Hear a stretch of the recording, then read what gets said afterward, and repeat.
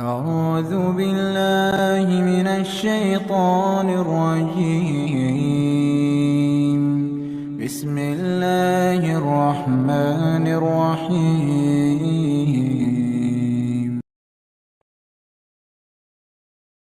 பெருமைக்கும் கண்ணியத்துக்கும் உரிய எல்லாம் உள்ள அல்லாஹ்வின் நல்லடியார்களே,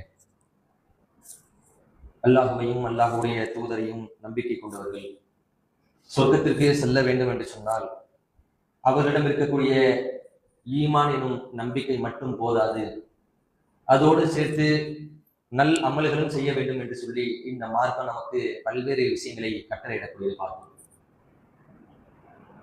அவ்வாறு மார்க்கம் கட்டளையிடக்கூடிய நற்காரியங்கள் பல்வேறு காரியங்கள் சொல்லப்பட்டிருந்தாலும் அதிகமாக வலியுறுத்தப்படக்கூடிய அதிக நன்மையை பெற்றுத்தரக்கூடிய ஒரு அமலாக மார்க்கம் எதை சொல்கிறது என்று சொன்னால், அல்லாஹ்வுடைய பாதையில் நம்முடைய பொருளாதாரத்தை செலவு செய்யக்கூடிய தர்மம் என்ற பண்பு தான் மிகச் சிறந்ததொரு நற்காரியமாக இந்த மார்க்கத்திலே சுட்டி காட்டப்படுகிறது. ஏனென்றால் அல்லாஹ் தன்னுடைய திருமறை குர்ஆனிலே சொல்லி காட்டுகின்றார், அன்ஃபிக் மிம்மா ரஸக்னாக்கும் மின் கப்லி அன் யஅத்திய அஹதகுமுல் மௌத். அல்லாஹ் உங்களுக்கு வழங்கிய செல்வத்திலிருந்து உங்களுக்கு மரணம் வருவதற்கு முன்பாக செலவு செய்யுங்கள் என்பதாக சுட்டி காட்டுகின்றார். இன்னும் அதே போல இந்த தர்மத்தை குறித்து இந்த மார்க்கம் சொல்லும் பொழுது, இத அன்ஃபகர் ரஜுலு அலா அஹ்லிஹி யக்தஸிபுஹா ஃபஹுவ லஹு ஸதகா. ஒரு மனிதன் அல்லாஹ்விடம் நன்மையை எதிர்பார்த்தவனாக தன்னுடைய குடும்பத்திற்கு செலவு செய்தால் அது அவனுக்கு தர்மமாக அமைந்து விடுகிறது என்று சொல்லி அல்லாஹ்வுடைய தூதர்கள் சொல்லி காட்டுகின்றார். அப்ப நம்ம குடும்பத்திற்கு செய்யக்கூடிய அடிப்படை கடமை கூட நன்மை எதிர்பார்த்து செய்யும் பொழுது தர்மமாக ஆகிவிடும் என்று சொல்லி அல்லாஹ்வுடைய தூதர்கள் சொல்லி காட்டுகின்றார். இவ்வாறு நமக்கு அதிகம் வலியுறுத்தக்கூடிய எந்த ஒரு நிலையிலும் கைவிடக்கூடாத ஒரு நற்பண்பாக இந்த சதக்கா என்று சொல்லக்கூடிய தர்மம் இந்த மார்க்கத்தில் சுட்டி காட்டப்படுகிறது. இந்த தர்மம் செய்யக்கூடிய காரியத்தால் நமக்கு கிடைக்கக்கூடிய பலன்கள் குறித்து இந்த மார்க்கம் நமக்கு அதிகமான இடங்களிலே பல்வேறு செய்திகளை சுட்டி காட்டுகிறது. அதிலே அல்லாஹ்வுடைய தூதர்கள் சொல்லி காட்டுகிறார்கள், நாளை மறுமையிலே விசாரணைக்காக மனிதர்கள் நிறுத்தப்பட்டிருக்கக்கூடிய வேளையில் அல்லாஹ்வின் அரிசின் நிழலை தவிர வேறு எந்த நிழலும் இருக்காது. மனிதர்கள் ஓடி ஒதுங்குவதற்கு, நிழல் தேடி தஞ்சம் அடைவதற்கென்று அரிசின் நிழலை தவிர எந்த நிழலும் அங்கே இருக்காது. அப்ப அந்த அரிசின் நிழலை பெறக்கூடியவர்கள் 7 சாரார் மட்டும்தான், மற்றவர்களுக்கு அந்த வாய்ப்பும் கிட்டாது என்று சொல்லி ரசூலுல்லாஹ் சொன்ன பொழுது அந்த 7 சாராரை சொல்லி காட்டுகின்றார்கள். அதிலே ஒருவர் யார் என்றால், நீதி நிலைநாட்டக்கூடிய தலைவர், அல்லாஹ்வுடைய வணக்க வழிபாட்டிலே ஊறிய இளைஞர், பள்ளிவாசலோடு தன்னுடைய உள்ளத்தை தொடர்பு படுத்திக் கொண்ட ஒரு மனிதர், அல்லாஹுக்காகவே இணைந்து அல்லாஹுக்காகவே பிரியக்கூடிய 2 நண்பர்கள், இன்னும் உயர் அந்தஸ்தில் உள்ள அழகான ஒரு பெண் தவறுக்கு அழைக்கும் பொழுது அல்லாஹுக்கு அஞ்சுகிறேன் என்று அதை விட்டு விலகிய மனிதர், இன்னும் தனிமையிலே அல்லாஹுவை நினைத்து கண்ணீர் சிந்தக்கூடிய நபர், மற்றொரு நபராக அல்லாஹ் சொல்றாங்க, தன்னுடைய வலது கரம் கொடுப்பது இடது கரம் அறியாத வகையிலே மறைமுகமான முறையிலே தர்மம் செய்யக்கூடிய நபர் என்று சொல்லி அல்லாஹ்வுடைய தூதர் சொல்லி காட்டுறாங்க. அப்போ எந்த ஒரு நிழலும் இல்லாத கடுமையான வெப்பமிக்க அந்த மனுஷர் மைதானத்தில் அல்லாஹ்வின் அரிசி நிழல் பெறக்கூடியவர்களாக இந்த தர்மம் செய்யக்கூடியவர்கள் இருப்பார்கள் என்று சொல்லி அல்லாஹ்வுடைய தூதர்கள் சொல்லி காட்டுகின்றார்கள். இன்னும் இந்த தர்மத்தை எந்த அளவுக்கு நமக்கு ஆர்வம் ஊட்டுகிறார்கள் என்றால், ஒரு மனிதன் உலகத்தில் செய்யப்படக்கூடிய எந்த காரியமாக இருந்தாலும் அவனுடைய மரணத்தோடு முடிவு வந்துடும். ஆனால் அல்லாஹ்வுடைய தூதர் அவர்கள் மரணத்திற்கு பின்பும் அவனுக்கு நன்மையை பெற்றுத்தரக்கூடிய காரியம் என்று சதக்கத்துல் ஜாரியா என்று தர்மத்தை சுட்டி காட்டுகின்றார்கள். இறந்தவருக்காக செய்யக்கூடிய தர்மத்தை வலியுறுத்துகிறார்கள். ஒரு மனிதன் நிலையான தர்மமாக, உதாரணத்துக்கு ஒரு ஊரணியை ஏற்படுத்துறார், ஒரு கிணறு வெட்டி கொடுக்கிறார், இவர் ஒரு 50 வருஷம் 60 வருஷம் 70 வருஷம் மரணித்து விடுவார். ஆனால் இவர் ஏற்படுத்தி கொண்ட அந்த கிணறு மூலம் எத்தனை வருடங்கள் மக்கள் பயன்பெற்றாலும் அத்தனை ஆண்டுகளும் அவருக்குரிய நன்மை போய் சேர்ந்து கொண்டே இருக்கும். இன்னும் அல்லாஹ்வுடைய தூதரவர்கள் இதை ஆர்வமூட்டும் விதமாக இறந்தவருக்காகவும் நீங்கள் தர்மம் செய்யலாம்னு சொல்லி காட்டுறாங்க. எந்த அளவுக்குன்னா, சாயித் பின் உபாதா அவர்கள் சொல்றாங்க, நான் அல்லாஹ்வுடைய தூதரிடத்துல கேட்கிறேன், என்னுடைய தாயார் இறந்து விட்டார், அவருக்காக நான் தர்மம் செய்யலாமா அனுமதி கேட்டேன். அதற்கு ரசூலுல்லாஹ் அனுமதி கொடுத்தாங்க, ஆம் என்று பதிலளித்தார்கள்.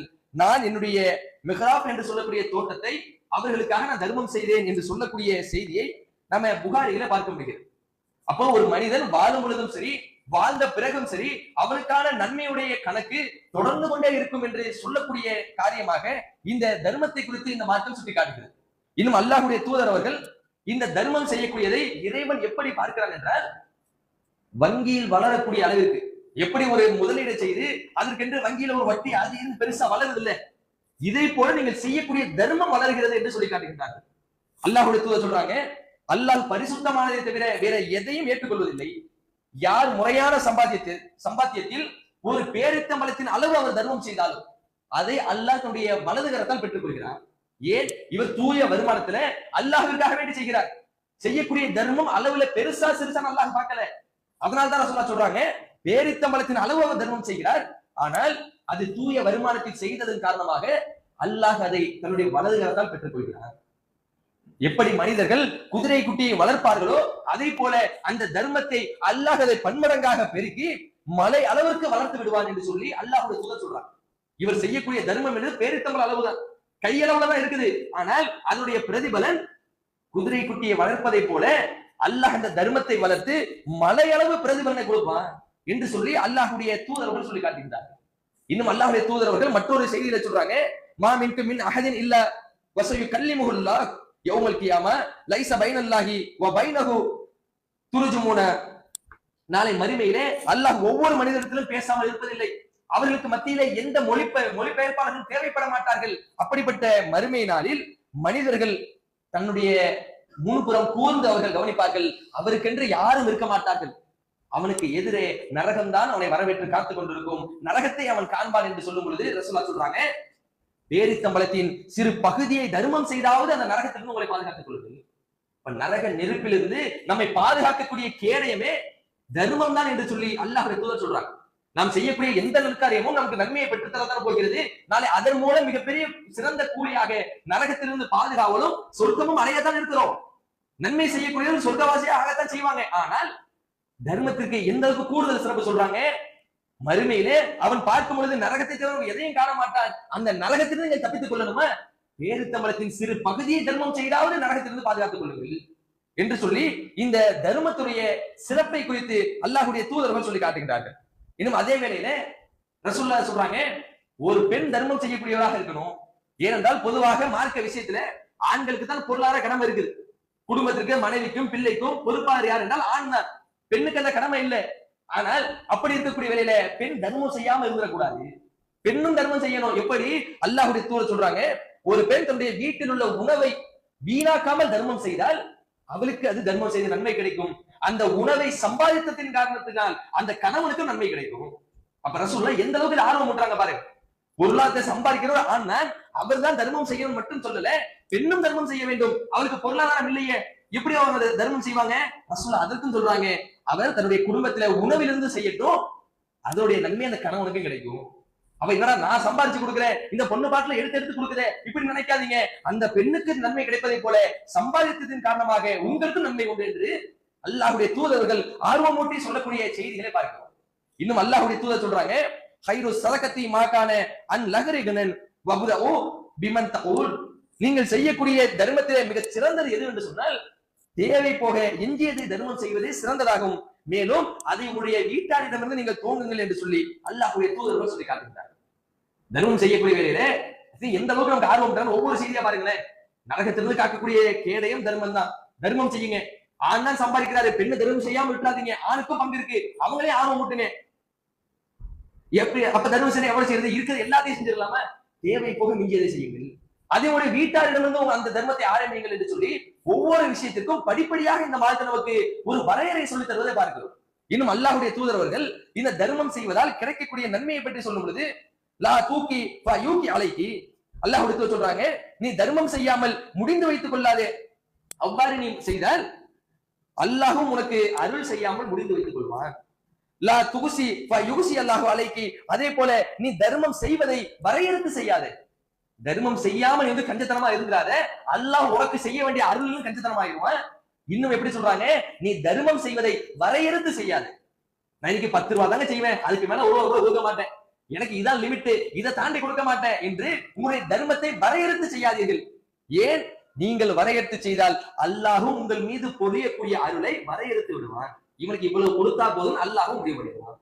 அப்போ வாய்ப்பு கிடைக்கக்கூடியவர்கள் தாராளமாக மனமோந்து தர்மம் செய்யுங்கள். அது எந்த வரையறையும் இல்லாம செய்யுங்க. அதுக்குன்னு அள்ளி கொடுத்துட்டு நீங்க ஒண்ணும் இல்லாம போகணும் இல்ல, உங்களுடைய தேவைக்கு போக செய்யுங்க. தேவைக்கு போக மிஞ்சி இருக்குதா, அதிலிருந்து எந்த வரையறையும் இல்லாமல் பெருந்தன்மையோடு அல்லாஹுக்காக நீங்கள் தாராளமாக செய்யுங்கள் என்று சொல்லி அல்லாஹுடைய தூதர்கள் சொல்லி காட்டக்கூடிய செய்தியை பார்க்கிறோம். இன்னும் அல்லாஹுடைய தூதர் சொல்றாங்க, ஒவ்வொரு நாளும் 2 வானவர்கள் பூமிக்கு அனுப்பப்படுவார்களா. அவருடைய வேலை என்னன்னு சொன்ன, உலகத்துல மனிதர்கள் என்ன செய்யறாங்க? குறிப்பாக தர்மம் செய்யக்கூடியவங்க யாரும் இருக்கிறார்களா? தர்மம் செய்யாமல் கரிமித்தனமாக யாரும் இருக்கிறார்களா என்று அவர்களுக்காக பிரார்த்தனை செய்வதுதான் அவருடைய வேலை. அவங்க என்ன செய்வாங்களா? அல்லாஹ்வுடைய தூதர் சொல்றாங்க, அந்த 2 வானவர்களில் ஒருவர் சொல்லுவார், இறைவா தர்மம் செய்பவருக்கு அவருடைய பிரதிபலனை அளித்து விடுவாயாக என்று சொல்லி அவர் பிரார்த்தனை செய்வார். மற்றொரு வானவர் செய்வாரா, இறைவா யார் தர்மம் செய்யாமல் தடுத்து வைத்துக் கொள்வாகிறாரோ அவருக்கு நீ அழிவை ஏற்படுத்துவாயாக என்று சொல்லி அந்த வானவர் பிரார்த்தனை செய்வார். தர்மம் செய்யறவனுக்கு நீ அல்லாஹ் நீ அருள் புரி, யார் தர்மம் செய்யாமல் தடுத்துக் கொள்கிறாரோ அவருக்கு நீ அழிவை ஏற்படுத்தி நாசத்தை உண்டாக்கி என்று சொல்லி அவருக்கு எதிராக பிரார்த்திப்பார் என்று அல்லாஹ்வுடைய தூதர் அவர்கள் சொல்லி காட்டுகிறார்.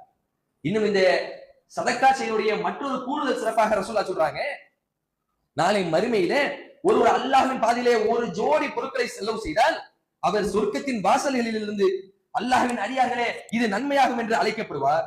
தொழுகையாளியாக இருந்தால் தொழுகையின் வாசல் வழியாக அழைக்கப்படுவார். நோன்பாளி ரையான் என்ற வாசல் வழியாக அழைக்கப்படுவதை போல தர்மம் செய்யக்கூடிய நபர்கள் சதக்கா எனும் வாசல் வழியாக அழைக்கப்படுவார்கள் என்று அல்லாஹ்வுடைய தூதர் அவர்கள் தர்மம் செய்யக்கூடிய சிறப்பை சொல்லி காட்டுகிறார். ஒருத்தர் தர்மம் செய்கிறாரு, அடுத்தருக்கு ஓடி போய் உதவி செய்யறாரு, எல்லாமே நன்மைதானே. ஆனால் அல்லாஹ் தர்மம் செய்தவருக்கு எப்படிப்பட்ட கூடுதல் சிறப்பு கொடுக்கிற? சொர்க்கத்திலே சதக்கான ஒரு வாசல் இருக்கு. இல்ல யாரெல்லாம் தர்மம் செய்யக்கூடியவர்களாக இருக்கிறார்களோ அவர்கள் அந்த வாசல் வழியாக அழைக்கப்படுவார்கள். எவ்வளவோ பல நன்மைகள் செய்தும் சொர்க்கத்திற்குரியவர்கள் இருக்கத்தான் செய்வாங்க. ஆனால் தர்மம் செய்யக்கூடிய பண்புடையவர்கள் அந்த வாசல் வழியாக அழைக்கப்பட்டு அவர்கள் கண்ணியப்படுத்தப்படுவார்கள் என்றால் இந்த சதக்காவுடைய நன்மையை நமக்கு எந்த அளவுக்கு வலியுறுத்துறாங்க. இன்னும் அல்லாஹ்வுடைய தூதர் அவர்கள் சொல்லி காட்டுறாங்க, அல்லாஹ் சொல்கிறானா எப்படி? சாதாரணமாக ரசூலா சொல்லுவாங்க. ரசூலா சில செய்திகள் எப்படி சொல்றாங்கன்னா, அல்லாஹ் சொல்லுவான், காலல்லாஹ் அன்ஃபிக யா இப்னு ஆதம் அன்ஃபிக அலைக்க.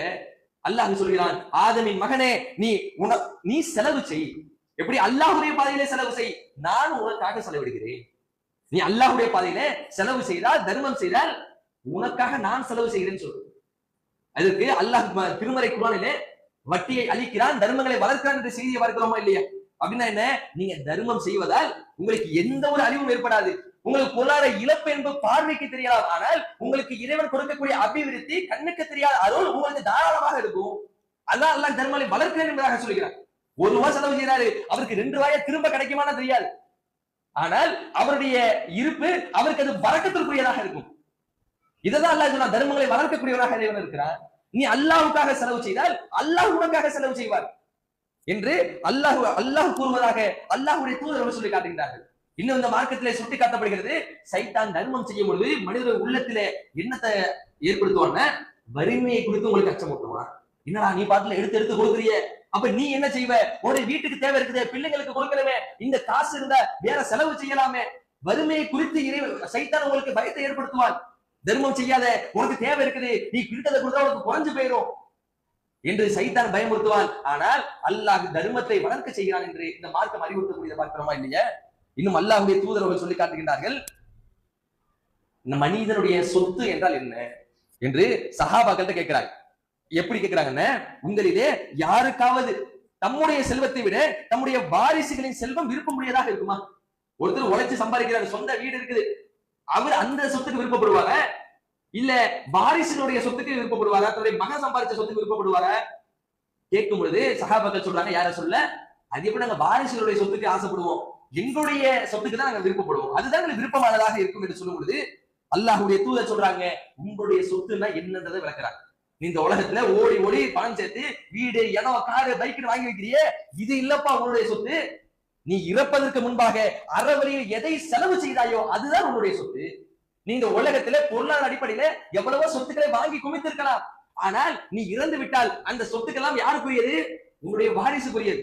இவர் பெரிய வீடு வச்சிருக்கிறார், கார் வச்சிருக்காரு, பங்களா வச்சிருக்கிறாரு, உயிரோடு இருக்கவருக்கு தன்னோட சொத்தம் சொல்லிக்குவாரு. மரணம் வந்து மரணித்து விட்டால் அவருடைய சொத்தா இது? மறைஞ்சிட்டாரு, பாப்பா மௌத்தா போயிட்டாரு, அத்தா மௌத்தா ஆயிட்டாரு, வாரிசின் அடிப்படையில பிள்ளைங்களுக்கு பிரிச்சு கொடுத்துருவாங்க. அததான் சொல்றாங்க, இந்த உலக பொருளாதாரம் என்பது நீ இறந்து விட்டால் அதனுடைய வாரிசுக்குரிய சொத்தாயிரும். உலக பொருளாதாரத்தின் மீது நீங்க விருப்பப்படாதீங்க. உங்களுக்குரிய சொத்து எது என்றால், நீங்கள் மரணிப்பதற்கு முன்பாக எதை நீங்கள் தர்மம் செய்தீர்களோ அதுதான் உங்களுடைய செல்வம். அப்ப எப்படி நீங்க உங்களுடைய சொத்துக்கு தான் விருப்பப்படுறீங்க நீங்க சொல்றீங்களோ, அது உலக பொருளாதார அடிப்படையை வச்சுக்காதீங்க.